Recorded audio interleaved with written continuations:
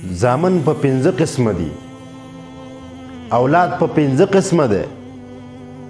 یو هغه اولاد ده چې پلار ورته امر وکي دا نافرمانی کوي، د پلار امر اطاعت نه کوي، د پلار خبره نه مني، دې زوی ته عاق ویل کیږي اگر که پلار یې عاق نه کي. دویم هغه زوی دی چې پلار ورته امر وکي خدا په امر کې اطاعت کوي خو ناخوښه وي، هغه کار کوي زړه نازړه وي، خوښې نه وي، تندی ترش نیولی ورته، دې زوی ته عاق نه ویل کیږي خو ثواب یې نشته په دې عمل کولو باندې. دریم هغه زوی دی چې د پلار امر په ځای کوي، اطاعت یې کوي، تندی هم نه ترشوي ورته، خو وروسته د کار کولو نه ورباندې احسان اچي چې ما خو ته دا کارونه کړي، ما خو دا کارونه درته کړي. دا زوی سره د دې عمل کولو سره د دې اطاعت ګناهګار دی، ځکه په پلار باندې احسان څنګه اچوي. څلورم هغه زوی دی چې پلار ورته امر وکي، دا د پلار امر اطاعت کوي، نه تندی ورته ترشوي، نه احسان ور باندې اچوي، په ډېر خوشحالۍ باندې د خپل پلار امر اطاعت کوي. دا زوی ته الله تعالی ډېر اجرونه ورکوي، ثوابونه ډېر زیات دي.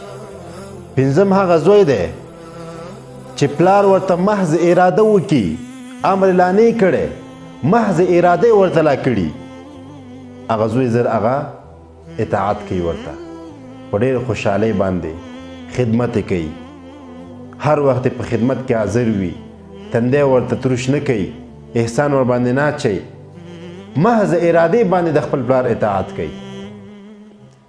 نو دا ډېره لویه مرتبه ده، دې ته الله تعالی ډېر لوړ مقامات به ورکوي. تدینو تدانو، څه چې کوي هغه به کېږي در سره. پلار خو چاته هېڅ چاته هم د ګناه کولو امر نه کوي، پلار چاته نه وایي چې بچیه زنا وکړه، پلار چاته نه وایي چې بچیه غلا وکړه، پلار چاته نه وایي چې بچیه رشوت خوري وکړه، پلار چاته نه وایي چې بچیه قتل وکړه، وژل وکړه. پلار څه وایي؟ پلار وایي بچیه کور ته وخته راځه ښه، پلار وایي بچیه بدانو سره مه کښېنه، پلار وایي جماعت ته ځه، 5 وخته جمع ته ځه، پلار وایي نیکانو علماو سره بچیه کښېنه، پلار وایي کالي دې په شریعت برابره وه، پلار وایي بچیه د ښځو غوندې د ویښتان مه جوړوه، انګریزی سر دې مه جوړوه. همیشه پلار د خپلو بچو ښېګڼو ته نظر کوي، هېڅکله پلار خپل بچي ته په بدۍ باندې امر نه کوي. یو پلار هم دا ارمان نه وي چې زما بچی دې بدماش جوړ شي، یو پلار هم دا ارمان نه لري چې زما زوی دې بد عمله شي. هر پلار دا ارمان لري چې زما زوی نیک صالحه جوړ شي، عالم جوړ شي، حافظ جوړ شي، قاری جوړ شي، د مسجد سره او د علماو سره او د صلحاو سره محبت کوونکی جوړ شي. نو چې ته په دې کارونو کې د خپل پلار اطاعت نه کې، د خپل پلار نافرمانی نه کې، ته عاق یې.